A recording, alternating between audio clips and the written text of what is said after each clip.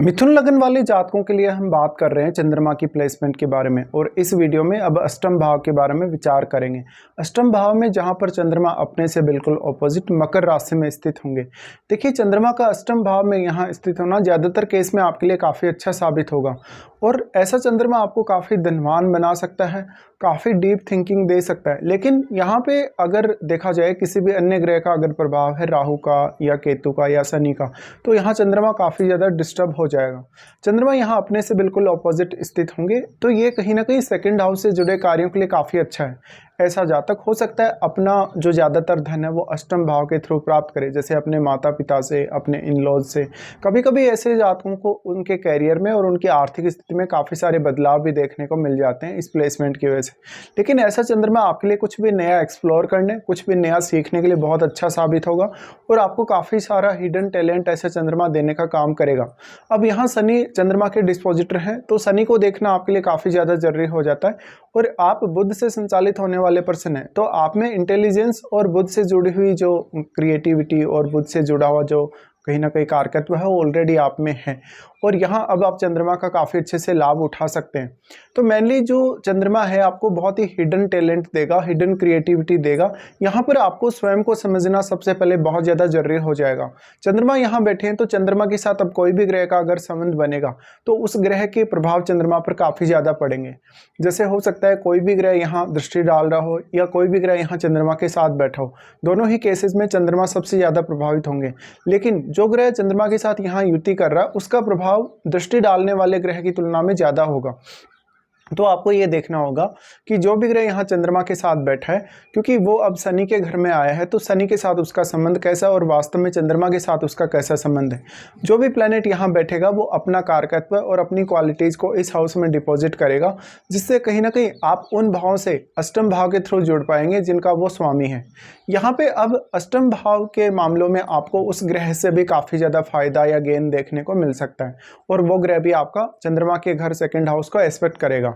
तो यहाँ पे ये सब बहुत ज़्यादा इंपॉर्टेंट हो जाता है। जिस भी प्रकार का वो ग्रह होगा उसी प्रकार की आपकी मेंटलिटी, सोचने समझने का तरीका या निर्णय लेने का तरीका होगा, और उसी हिसाब से आपके सारे रिश्ते और सारी आपकी भावनाओं पर प्रभाव पड़ेगा।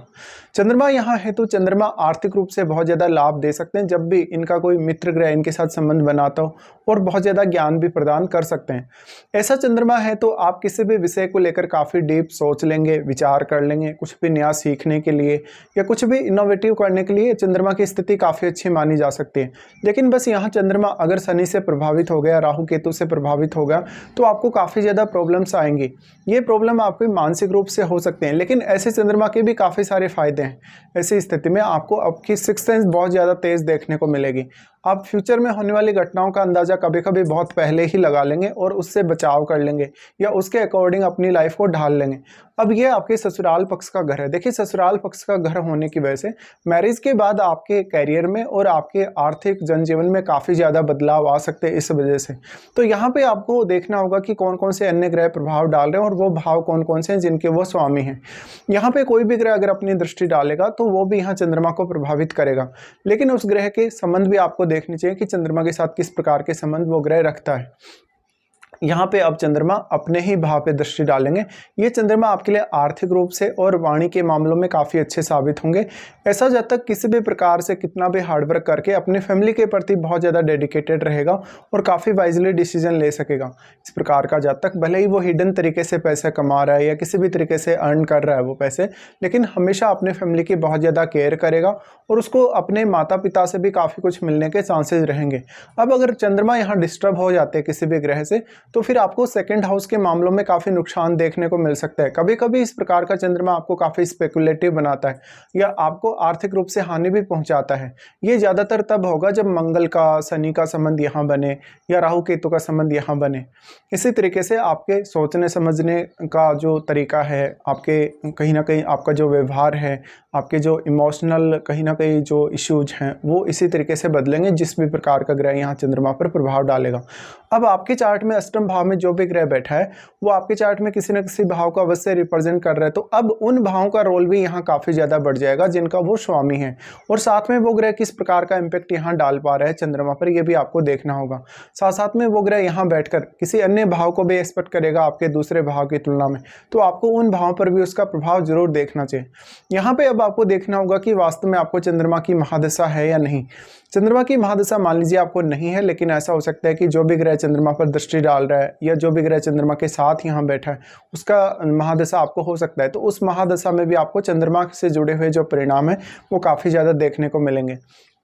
मेनली हम ये मान सकते हैं कि यहाँ चंद्रमा को अगर कोई भी ऐसा प्लैनेट एस्पेक्ट करे जैसे सूर्य जैसा, बृहस्पति जैसा, तो यहाँ रिजल्ट काफ़ी ज़्यादा बेहतर हो सकते हैं।